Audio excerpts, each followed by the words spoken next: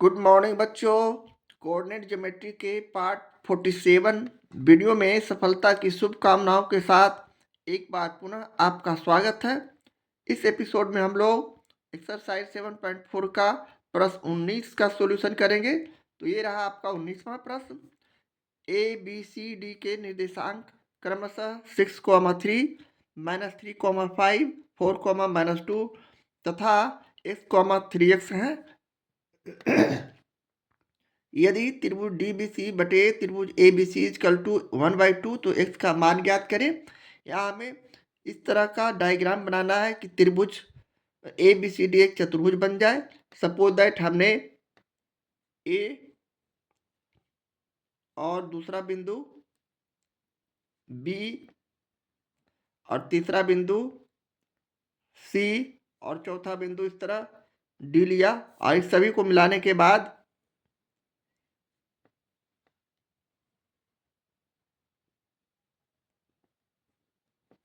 यहाँ रखें और इसे फिर इधर मिलाने के बाद एक तरह से चतुर्भुज बन चुका है। अब हम इस बिंदु का नाम उसी तरह A, B और C दे देंगे और इसे D। इसे हम इस तरह मिलाने के बाद दो त्रिभुज के रूप में पाते हैं।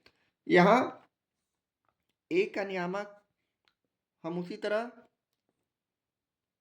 6,3, B का नियामक हम उसी तरह प्रश्न से -3,5, C का नियामक 4,-2, D का नियामक x,3x रखते हैं और हम इसे लैंग्वेज का रूप इसी तरह दे सकते हैं।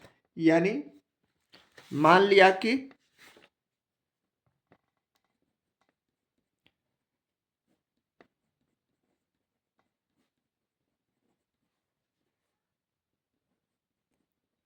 ABC और D क्रमशः त्रिभुज ABC और त्रिभुज DBC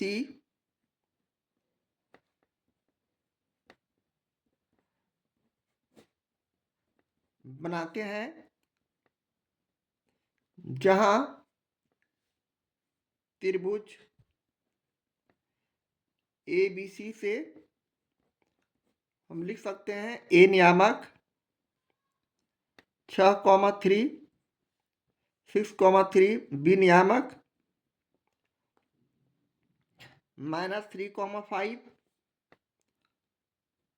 और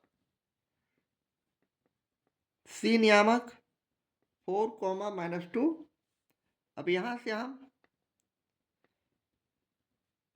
x1 equal to x2 equal to x3 equal to क्रमशः लिख सकते हैं 6, -3 और 4।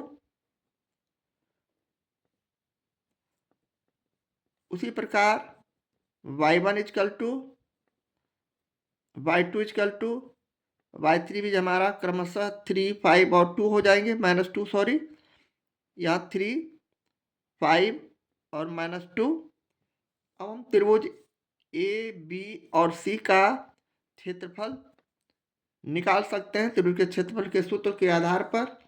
इसलिए हम यहाँ से त्रिभुज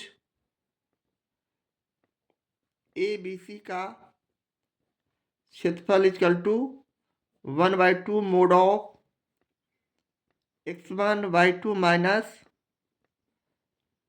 y3 plus x2/3 minus y1 plus x3 y1 minus y2 सूत्र का प्रयोग करेंगे और बारी बारी से सभी का मान रखेंगे। यानी x1 यहाँ हो गया 6 और y2 यहाँ हो गया y2 माइनस y3, y2 यहाँ हो गया 5। अब -y3 यहाँ -2 पहले से है, तो यानी 5 + 2। उसी प्रकार प्लस x2 का मान यहाँ -3 है y3 माइनस y1 करेंगे। y3 का मान -2 और y1 का मान 3 है, यानी -3। इसी तरह प्लस हम x3 का मान 4 रखेंगे और यहाँ भी हम y1 माइनस y2 अर्थात 3 माइनस 5 करेंगे। और अगले स्टेप में हम अपने सॉल्यूशन को छोटे रूप में लाएंगे, यानी 6 गुने 5 2 7। इसी तरह प्लस -3 गुने -3 2 5 -5। इसी तरह 4 गुने 3 में से हम 5 को घटाएंगे -2। और अगले स्टेप में हम इसका गुणनफल के रूप में लिखते हैं। सक्षक 42 -3 और -5 को गुना करेंगे तो प्लस 5 तिहाई 15। उसी प्रकार 4 दूनी 8 यानी -8, जिसे हम अगले स्टेप में 1/2 मोड ऑफ 15 और 42 को जोड़ते हैं, यानी 5 2 7 और 4 1 5, यानी ये 57 हो जाएंगे। और -8 करेंगे तो हमारा रिजल्ट फाइनली 1/2 मोड ऑफ 57 में 8 गया, तो हम इसे 49 लिख सकते हैं। और अगले स्टेप में इसे हम 49/2 वर्ग इकाई त्रिभुज ABC का क्षेत्रफल हो जाएंगे। इस तरह त्रिभुज ABC का क्षेत्रफल निकालने के बाद अब हम पुनः अगले त्रिभुज पर विचार करते हैं। पुनः हम अगले स्टेप में त्रिभुज DBC से लिख सकते हैं। D का नियामक यहाँ प्रश्न से दिया हुआ है x, 3x। B का नियामक -3, 5 और उसी तरह C का नियामक हमारे पास 4, -2 के रूप में है। अब हम अगले स्टेप में यहाँ से उसी तरह x1 = x2 = x3 = लिख सकते हैं। x -3 और 4।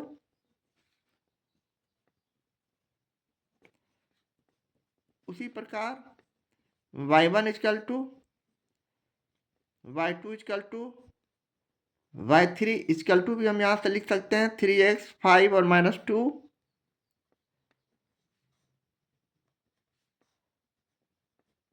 इस तरह लिखने के बाद अब हम अगले स्टेप में उसी तरह त्रिभुज DBC का क्षेत्रफल निकाल सकते हैं क्षेत्रफल के सूत्र से, यानी 1/2 mod of x1 y2 minus y3 plus x2 y3 minus y1 plus x3 y1 minus y2 के रूप में हमारे पास त्रिभुज DBC का क्षेत्रफल का सूत्र मालूम है। अब पुनः हम उसी तरह सभी का मान हमने निकाल रखे हुए हैं, यानी x1 का मान यहाँ x, y2 माइनस y3 यानी y2 का मान 5, तो यहाँ हम 5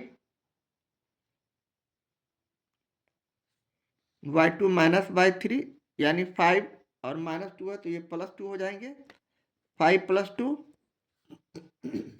उसी तरह x2 का मान यहाँ -3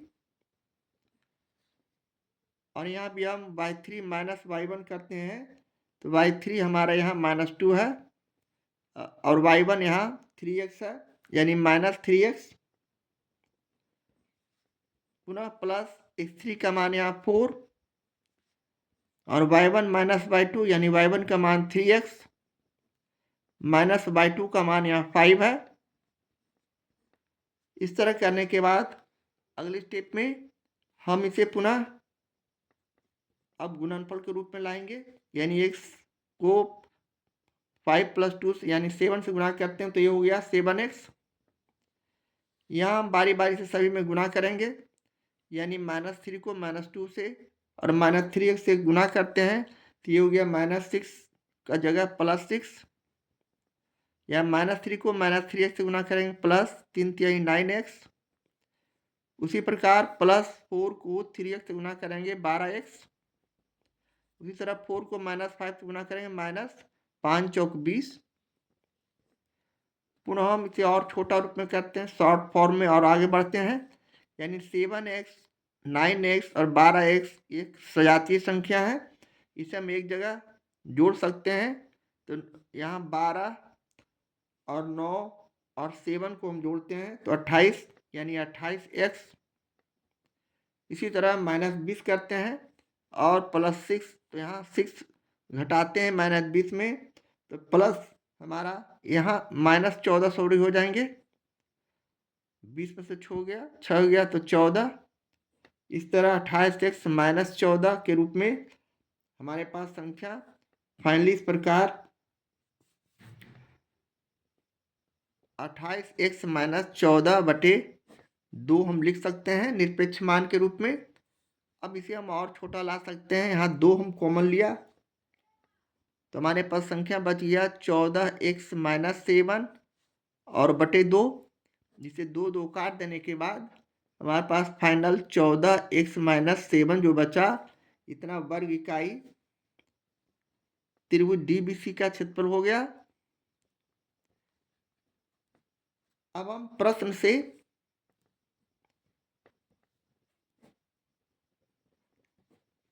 लिख सकते हैं, यहाँ सबसे पहले त्रिभुज DBC बटे त्रिभुज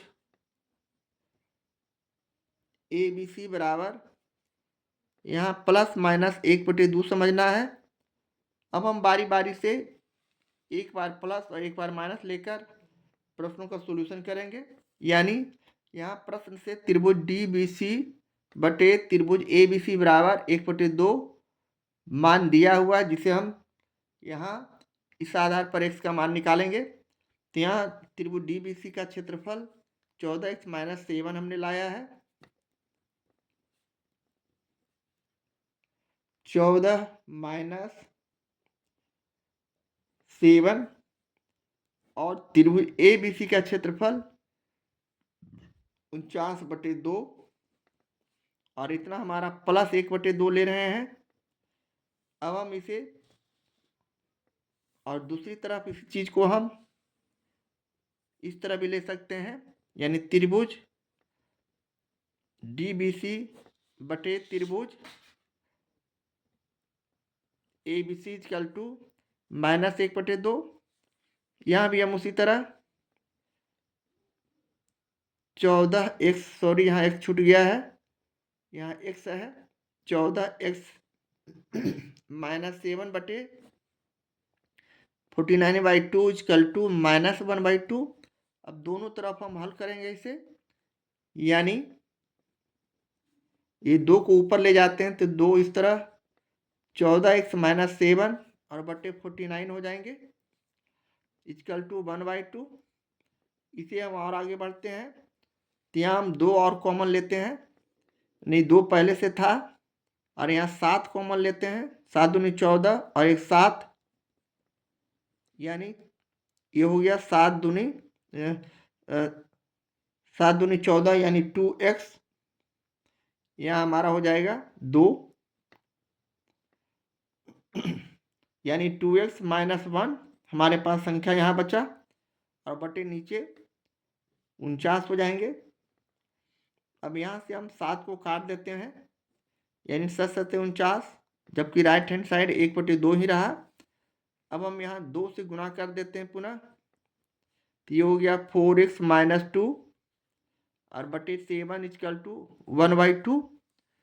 जबकि इसे क्रॉस मल्टीप्लिकेशन करते हैं, यानी 2 से हम 4x -2 में गुणा करेंगे तो ये हो गया 8x -4, जबकि राइट हैंड साइड में 7 और 1 को गुणा किया तो 7। पुनः हम 8x इक्वल टू 7 -4 को राइट हैंड साइड ले जाएंगे +4, इसलिए यहाँ से हम x बराबर 7 4 11 और बटे 8, ये हमारा पहला x का मान हो गया। जबकि यहाँ से अब हम लोग ऋणात्मक संख्या लेते हैं तो हम इसे इस तरह भी लिख सकते हैं उसी तरह, यानी 2 ऊपर गया तो इसे भी हम उसी तरह हल करेंगे, यानी 14x - 7 बटे 49 बराबर -1/2। इसे हम उसी तरह पुनः उसी तरह 7 कॉमन लेते हैं तो यहाँ बच गया 2x - 1 और बटे 49, 7 × 7 = 49 बराबर 1/2 -1/2। पुनः हम यहाँ 2 से गुना करते हैं, ये हो गया 4x - 2 बटे 7 इक्वल टू -1/2। अब हम उसी तरह क्रॉस मल्टीप्लिकेशन करते हैं, यानी हम यहाँ 2 से गुना किया तो 8x - 4, जबकि 7 को -1 से गुना करेंगे -7। इसी प्रकार 8x इक्वल टू -7 और ये -4 राइट हैंड साइड जाएगा +4, इसलिए यहाँ से x बराबर -7 + 4, यानी ये -7 4 में घटेगा तो -3/8। इस तरह फाइनली x इक्वल टू 11/8 और -3/8 हमारा इस प्रश्न का सॉल्यूशन है, आंसर है, x का मान है। इस तरह हम प्रश्न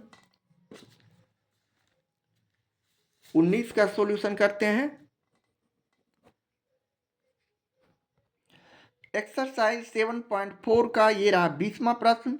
यदि किसी चतुर्भुज जिसके शीर्षों के निर्देशांक क्रमानुसार 1:1,2 -5,6 7, -4 और h, -2 है का क्षेत्रफल 0 है तो दिखाइए कि h बराबर 3। यहाँ हमें ए बी सी डी के द्वारा एक चतुर्भुज बनाया गया जहाँ a का नियामक 1,2, b का नियामक -5,6, c का नियामक 7, -4 और h का नियामक d का नियामक h, -2 है। यहाँ हमने किसी एक विकर्ण चतुर्भुज के 2 विकर्ण होते हैं, किसी एक विकर्ण को मिलाकर हम 2 त्रिभुज बनाते हैं, इसलिए कि त्रिभुज का क्षेत्रफल ही हम यहाँ निकाल सकते हैं नियामक ज्यामिति में। चतुर्भुज का क्षेत्रफल का कोई सूत्र है नहीं, इसलिए इसे हम 2 त्रिभुज बनाने के लिए इसके एक विकर्ण AC को यहाँ से हमने इस तरह इसे मिला दिया। इस तरह मिलाने के बाद हमारे पास ये 2 त्रिभुज ABC और ADC के रूप में आ चुका है। अब हम बारी बारी से दोनों त्रिभुज का क्षेत्रफल निकालकर h का मान निकालेंगे। तो चलें हम उसी तरह अपने सॉल्यूशन में इसे लैंग्वेज का रूप देते हैं, यानी मान लिया कि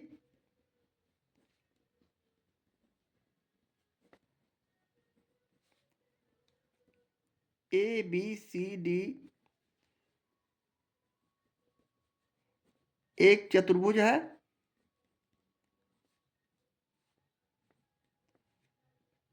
जिसका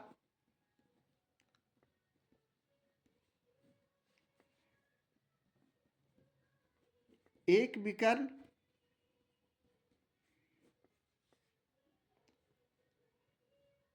AC, हमने A और C को मिलाया है, AC क्रमशः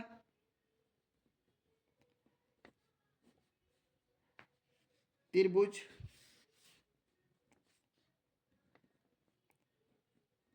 ABC और त्रिभुज ADC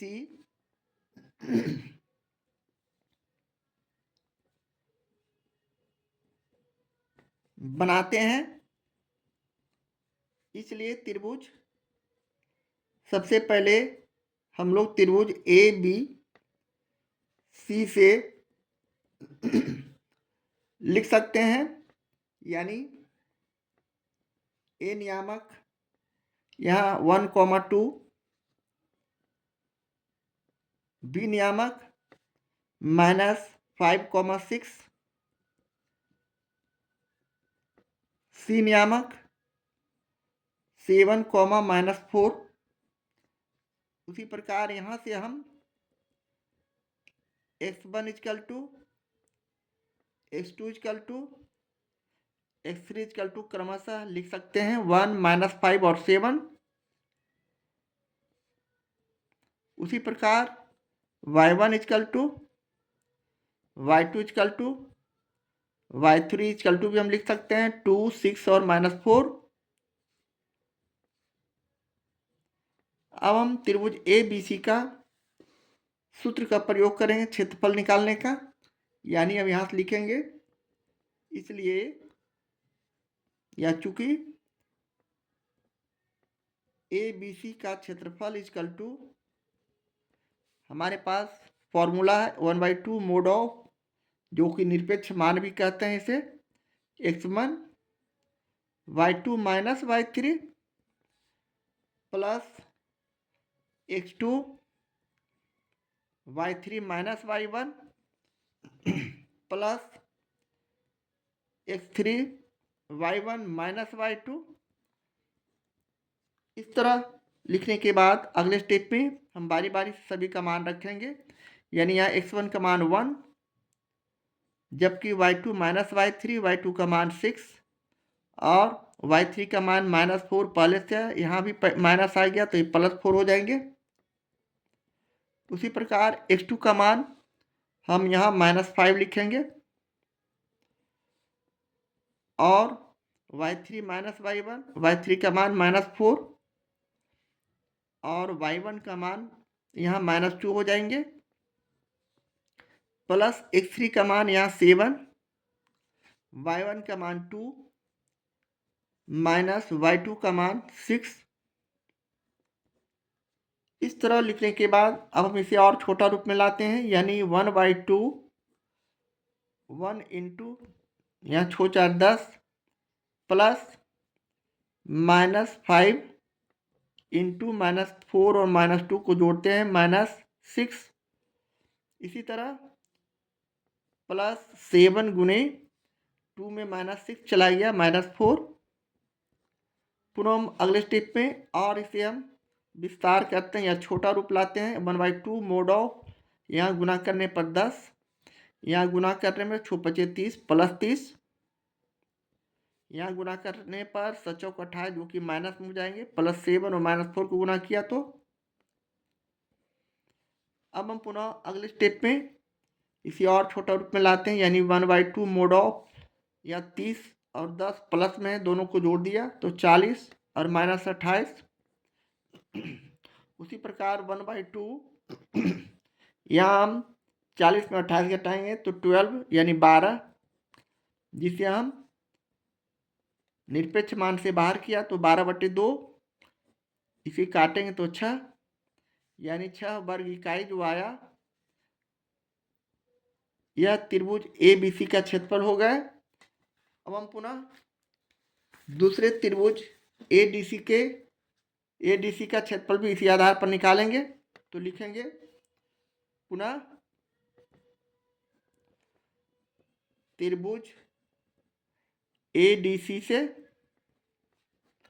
यहाँ उसी प्रकार A का नियामक 1,2, D का नियामक H, -2 और C का नियामक उसी तरह 7, -4 हो जाएंगे। अब यहाँ से हम उसी प्रकार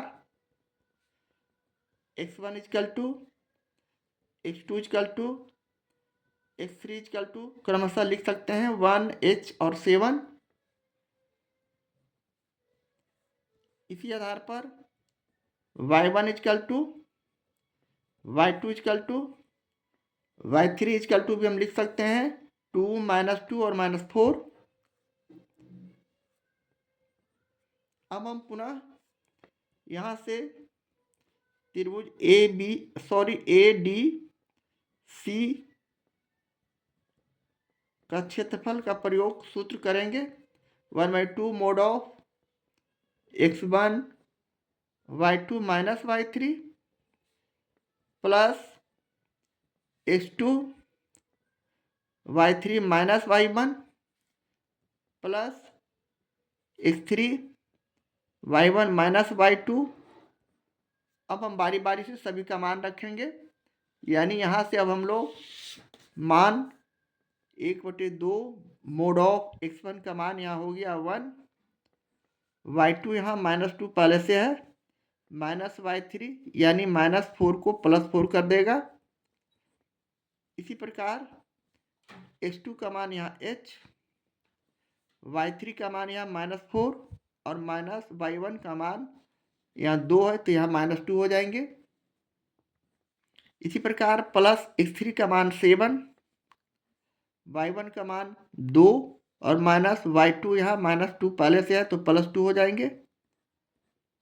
इस तरह लिखने के बाद अब हम लोग इसे गुणनफल के रूप में लिखेंगे, यानी a1 y2 मोड ऑफ -2 और +4 को हम घटाते हैं तो यहाँ +2, 2 में 1 से गुणा किया 2, यहाँ h में बारी बारी से -4 और -2 यानी -6 हो गया, यहाँ गुणा करते हैं तो -6h हो जाएंगे। यहाँ 4 7 28 प्लस 28 हो जाएंगे। इस तरह लिखने के बाद अब हम अगले स्टेप पे 1/2 मोड ऑफ ये 28 और 2 को जोड़ देंगे तो -6h और +30। अब इसका निरपेक्ष मान लिखेंगे या फिर इसे हम और एक स्टेप आगे बढ़ते हैं। यहाँ माइनस कॉमन ले लिया तो यहाँ 6h -30 हो जाएंगे। इसे हम अगले स्टेप पे इसका निरपेक्ष मान लेते हैं, यानी निरपेक्ष मान लेने पर माइनस का चिन्ह हट जाता है तो हमारे पास संख्या बच जाता है 6h -30/2। इसलिए कि त्रिभुज के क्षेत्रफल हम जब भी लाते हैं धनात्मक संख्या पॉजिटिव संख्या लाते हैं। अब हम पुनः इसे आगे हल करते हैं तो ये हमारा हो गया, यहाँ हम 6 कॉमन ले लेते हैं तो हमारे पास संख्या बच गया h -30 6 × 30 और /2, यहाँ 2 से इसे काट दिया तो ये बच गया 3। अब पुनः हम यहाँ 3 से इसे गुना कर देते हैं, 3h -15। अब हम यहाँ से उसी आधार पर अगले स्टेप में हम चतुर्भुज ABCD का क्षेत्रफल निकालेंगे। तो यहाँ से चलें, चतुर्भुज इतना वर्ग इकाई जो आया ये त्रिभुज ADC का क्षेत्रफल हो गया। अब हम बारी बारी से चतुर्भुज ABCD का क्षेत्रफल यहाँ से निकाल सकते हैं, यानी त्रिभुज ABC का क्षेत्रफल प्लस त्रिभुज ADC का क्षेत्रफल। अब यहाँ से त्रिभुज ABCD का क्षेत्रफल प्रश्न में दिया हुआ है 0 तो 0 लिखा। त्रिभुज ABC का क्षेत्रफल हमने 6 वर्ग इकाई पहले निकाल चुके हैं, प्लस त्रिभुज ADC का क्षेत्रफल हम यहाँ से हमने 3h -15 निकाल चुके हैं। अब पुनः हम इसे हल करते हैं, यानी 3h -15 को यहाँ 6 + 6 में घटाते हैं तो यहाँ हो जाएगा हमारा रिजल्ट 15 में से 6 गया तो 9 -9। अब हम अगले स्टेप में इसे लिख सकते हैं, 3h = -9 को हम लेफ्ट हैंड साइड ले जाते हैं, इसे हम इस तरह लिख दिए तो ये हो गया +9 चिन्ह का परिवर्तन। इसलिए यहाँ से अब हम लोग h बराबर 9/3 लिख सकते हैं। यहाँ 3 × 9 कट गया तो हमारा रिजल्ट 3 हो जाएंगे। इस तरह left hand side = right hand side हमारा आ चुका है, यानी h का मान यहाँ हमने 3 लाकर दिखा चुके हैं और ये हमारे प्रश्न का सॉल्यूशन है, आंसर है। इस तरह हम प्रश्न 20 का साबित करके इसका सॉल्यूशन करते हैं, दिखाते हैं। और ये हमारे प्रश्न का सॉल्यूशन है, आंसर है। इस तरह हम प्रश्न 20 का सॉल्यूशन करते हैं।